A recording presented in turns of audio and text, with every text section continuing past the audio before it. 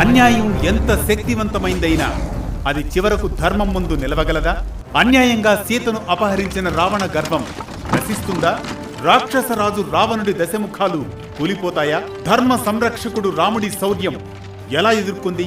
పరస్త్రీ మోహం క్షమార్హం కాదనే సందేశంతో సాగే రామాయణంలోని నేటి భీకర ఉత్కంఠభరిత ఘట్టమే పతాక ఘట్టానికి చేరిన రామరావణ సమరం, రాముని అసమాన శౌర్యం, రావణ సంహారం.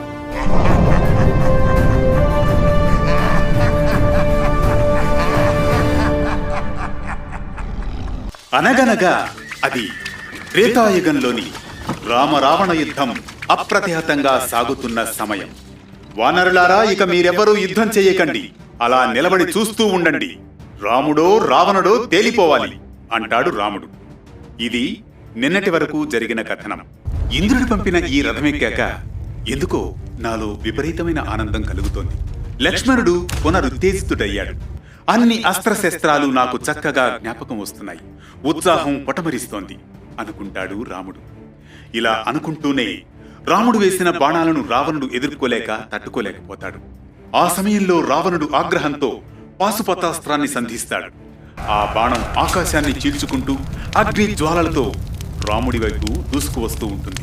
ప్రభు ప్రభు జాగ్రత్త, అది పాశుపతాస్త్రం, రావణుడు సంధించాడు అని చెబుతాడు మాతలి రాముడికి. మాతలి, ధర్మం ముందుంటే ఏ దివ్యాస్త్రమైనా మాయమే మాతలి అని అంటుండగానే రాముని బాణాలు ఆ పాశుపతాస్త్రాన్ని మధ్య గగనంలోనే ఛిద్రం చేస్తాయి. అగ్ని జ్వాలలు పొగగా మారిపోయి గాల్లో కలిసిపోతాయి. అలా రామ రావణుల మధ్య చండ ప్రచండమైన యుద్ధం జరుగుతూ ఉంటుంది. ఈ యుద్ధంలో రాముడి బాణాల వేగాన్ని తట్టుకోలేక రావణుడు కాస్త వెనక్కు తగ్గుతాడు. రాముడు విడిచిన తీవ్ర బాణాలతో రావణుడి శరీరం కొంచెం కొంచెం రక్తసిక్తమవుతూ ఉంటుంది. ఆ సమయంలో లంక వీధుల్లో అల్లకల్లోలం. ఒకవైపు వానర సైన్యం గర్జనలు, మరోవైపు రాక్షసుల రోదనలు. రక్తము గంగలా ప్రవహిస్తూ ఉంటుంది. లంక నగరంలోని ప్రజలు లంక వీధుల్లో, గృహాల వద్ద వృద్ధులు, స్త్రీలు, పురుషులు భయంతో, ఆవేదనతో ఒకరితో ఒకరు ఇలా మాట్లాడుకుంటూ కనిపిస్తారు. రాముడు ఎంత ధర్మానుష్ఠానపరుడు, అతనితో కలహం పెట్టుకోవడమే రావణుడి పాపం. అయినా ఆ రాక్షసి కేకలు వేసి అన్నదమ్ముల్ని రెచ్చగొట్టింది. కఖర దూషణలు. అందుకే ఎవ్వరినీ రామబాణం విడిచిపెట్టలేదు. ఇన్ని సంకేతాలున్నా రావణుడు అర్థం చేసుకోలేదు. ఆ సమయంలో ఓ యువకుడు కూడా ఆగ్రహంతో ఇలా అంటాడు, మన రాజు ఎంత మూర్ఖుడు! అరణ్యంలో 14,000 మంది రాక్షసులు రాముడి చేతిలో చనిపోయారని వినలేదా? కరదూషణుల మరణం తెలిసినా రాముడితో శత్రుత్వం పెట్టుకున్నాడు. ఇది విజేత ధైర్యం కాదు, అజ్ఞాన గర్వం అంటూ ఉండగా వృద్ధుడు కూడా లేస్తాడు. విభీషణుడు ఎన్నిసార్లు చెప్పాడు అన్నా, రాముడు సాధారణుడు కాదు, విష్ణుమూర్తి అవతారమని. అతని మాట వినలేదే ఈ రావణుడు. దేవతల శాపం, సీతమ్మను బలవంతంగా తేవడం, ఇదంతా మన నగరానికే ఇప్పుడు శాపమైంది. ఆ సమయంలో మహిళలు కూడా ఒకరినొకరు ఇలా మాట్లాడుకుంటూ ఉంటారు. వానరుల గర్జనలు లంకను కుదిపేస్తున్నాయి, మన ఇళ్లు కాలిపోతున్నాయి, పిల్లలు వెలవెల్లాడుతున్నారు. రావణుని మూర్ఖత్వం వల్ల మన భర్తలు, కుమారులు యుద్ధంలో అకారణంగా మరణిస్తున్నారు. ఇది రాక్షస రాజ్యం కాదు, శ్మశానమవుతోంది. లంకలో ప్రజలు ఇలాగే గుసగుసలాడుతూ ఉన్నారు. రావణుని అహంకారం మీదే అందరి శాపం. ఆకాశంలో గరుడుని వంటి రామబాణం ఎగురుతూ ఉండగా లంక ప్రజల హృదయాల్లో భయం పెరుగుతూనే ఉంది. ఇదిలా ఉండగా యుద్ధ భూమిలో రాముడు అలసిపోయిన వాడై ఎన్ని బాణాలు కురిపిస్తున్నా ప్రయోజనం కలగకపోవడంతో ఈ రావణుణ్ణి అసలు ఎలా సంహరించడం అని ఆలోచనలో పడిపోతాడు ఒక్క క్షణం రాముడు. ఆ సమయంలో దేవతలు, గంధర్వులు, యక్షులు, కిన్నెరలు, కింపురుషులు, ఋషులు అందరూ ఆకాశంలో నిలబడతారు. అందరితో పాటుగా వారిలో నుండి రాముడి సమక్షంలో నిలబడతాడు అగస్త్య మహర్షి. అగస్త్య మహర్షి ఆకాశ మధ్యంలో ప్రకాశించే సూర్యుడి వలయంలా కనిపిస్తాడు. అతని కాంతి రణరంగమంతా వెలిగిస్తుంది. అగస్త్య మహర్షి సహజమైన చిరునవ్వుతో రాముడి వైపు తిరిగి ఇలా అంటాడు, రామా, శ్రద్ధగా విను. ఇది ఆదిత్య హృదయం. ఈ మంత్రం సర్వ దుష్టులను జయింపజేసే శక్తిని కలిగింది. నీవు దీన్ని పఠించినట్లయితే అలసట నీ దరి చేరదు, విజయం నీదే అవుతుంది. సూర్యుడు జగత్ ప్రాణుడు, ఆయనను స్మరిస్తే ధైర్యం పెరుగుతుంది, భయం తొలగిపోతుంది. ఇది మంగళకరం, విజయకారకం. రామా, ఈ యుద్ధరంగంలో ఇది నీకు ఓ కవచంలా రక్షిస్తుంది. ఈ పరమ మంగళకరమైన ఆదిత్య హృదయం నీకే కాదు, ఎవరికైనా కూడా భయం కలిగినప్పుడు, అరణ్యంలో ఉన్నప్పుడు దీక్షతో ఆదిత్య హృదయం పఠిస్తే అది రక్షగా వెంట నిలుస్తుంది, నిన్ను కాపాడుతుంది. రావణుడు నీ చేతిలో నిహతుడవుతాడు అని ఉపదేశిస్తాడు అగస్త్య మహర్షి. మహర్షి, ధన్యుడను. మీరు ఇచ్చిన ఈ ఉపదేశం నాకు అమూల్యమైనది. నేను దీనిని ఏకాగ్రతతో స్వీకరిస్తున్నాను. ధర్మానికి అనుగుణంగా శత్రువును జయించడానికి దీన్ని శక్తిగా భావిస్తాను. మీ అనుగ్రహంతోనే విజయ మార్గం నాకు సులభతరమవుతుంది అంటూ రాముడు సూర్యుని మదిలో స్మరిస్తూ అగస్త్యుడు చెప్పిన విధంగా ఆదిత్య హృదయాన్ని పఠిస్తాడు. తతో యుద్ధ పరిశ్రాంతం సమరే చింతయా స్థితం రావణం జాగ్రతో దృష్ట్వా యుద్ధాయ సముపస్థితం. దీంతో అతని దేహం నుండి వెలువడిన కాంతి రణరంగమంతా వ్యాపిస్తుంది. లక్ష్మణుడు ఆశ్చర్యపోతాడు. అన్నయ్య, నీ తనువు నుండి సూర్య కిరణాల్లా దివ్యకాంతి వెలువడుతోంది. ఇది మహర్షుల దివ్య ప్రసాదం అంటాడు లక్ష్మణుడు. అప్పుడు విభీషణుడు కూడా, ఇప్పుడే రావణుని అంత్యకాలం మొదలైంది లక్ష్మణ. ఆదిత్య హృదయం రాముని రక్షిస్తోంది.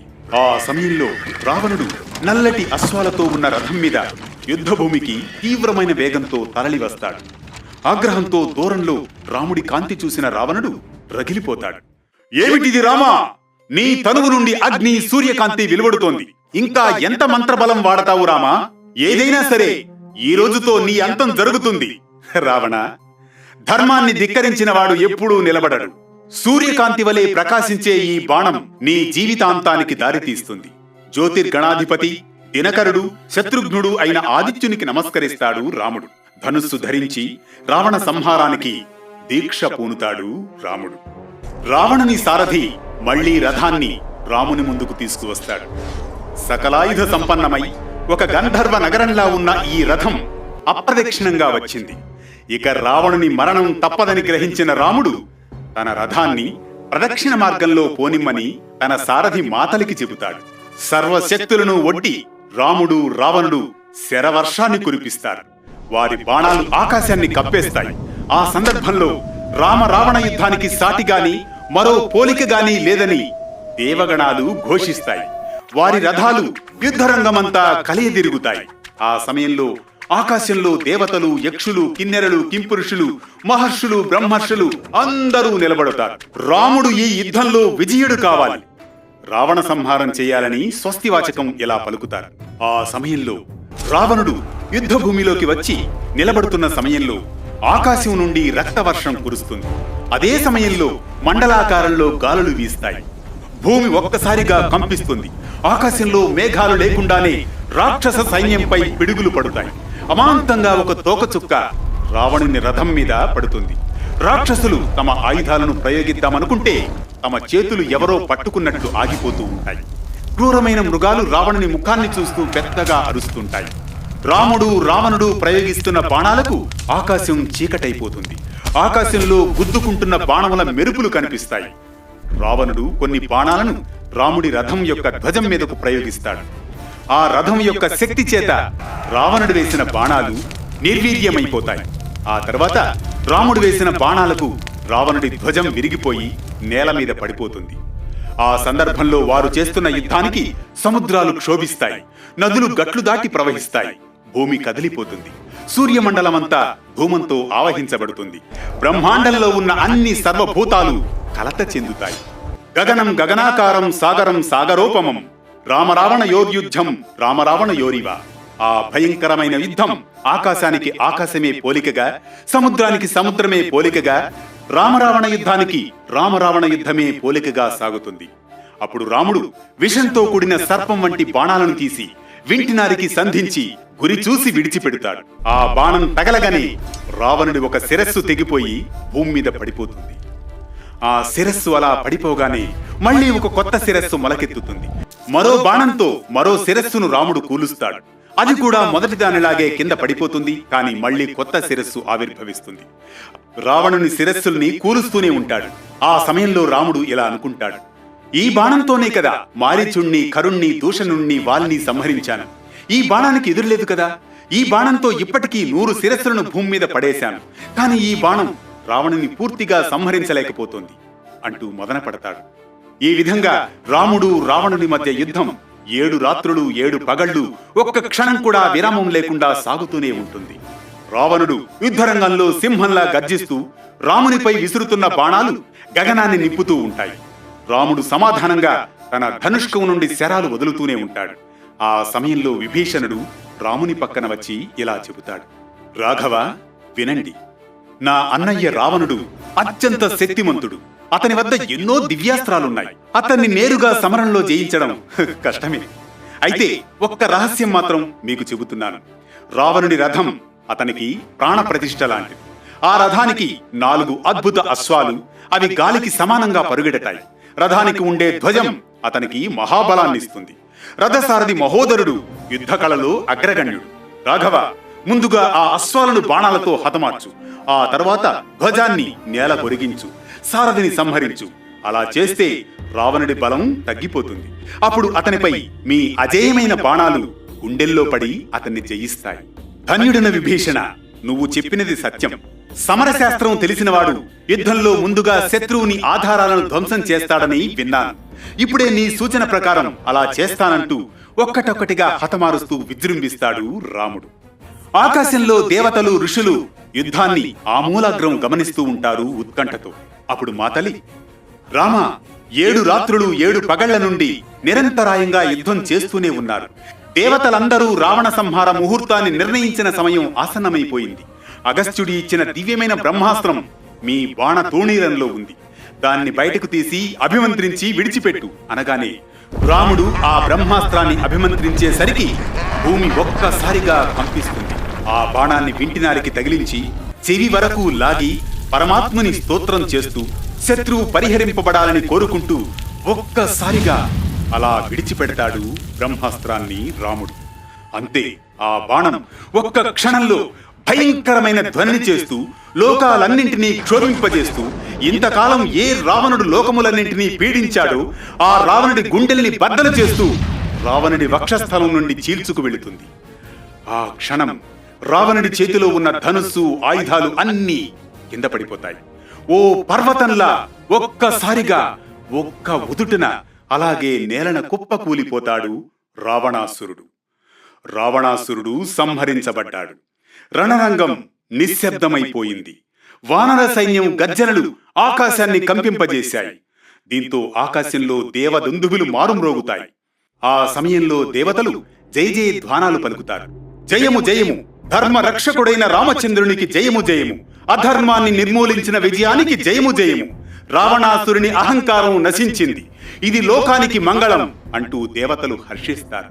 వెంటనే లక్ష్మణుడు, సుగ్రీవుడు, అంగదుడు, వృషభుడు, వేగదర్శి, నీలుడు, సుషేనుడు, గంధమాదనుడు, మైందుడు, జాంబవంతుడు, కొన్ని కోట్ల వానరములు అందరూ పరమానందంతో రాముడి దగ్గరకు పరిగెత్తుకుంటూ వస్తారు.